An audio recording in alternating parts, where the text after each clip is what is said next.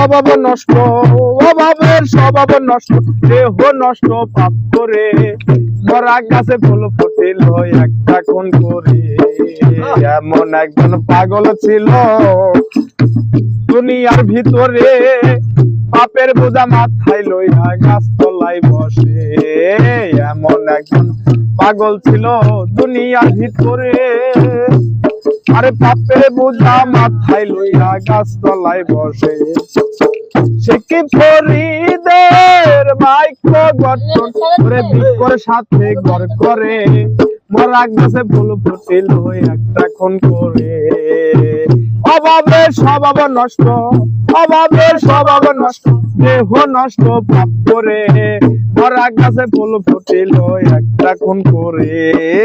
অদম বাউল আরন বলে শোন কহিনু, ও পাগল আস্তরণীর পাপের বোঝ গায়ের ধুলা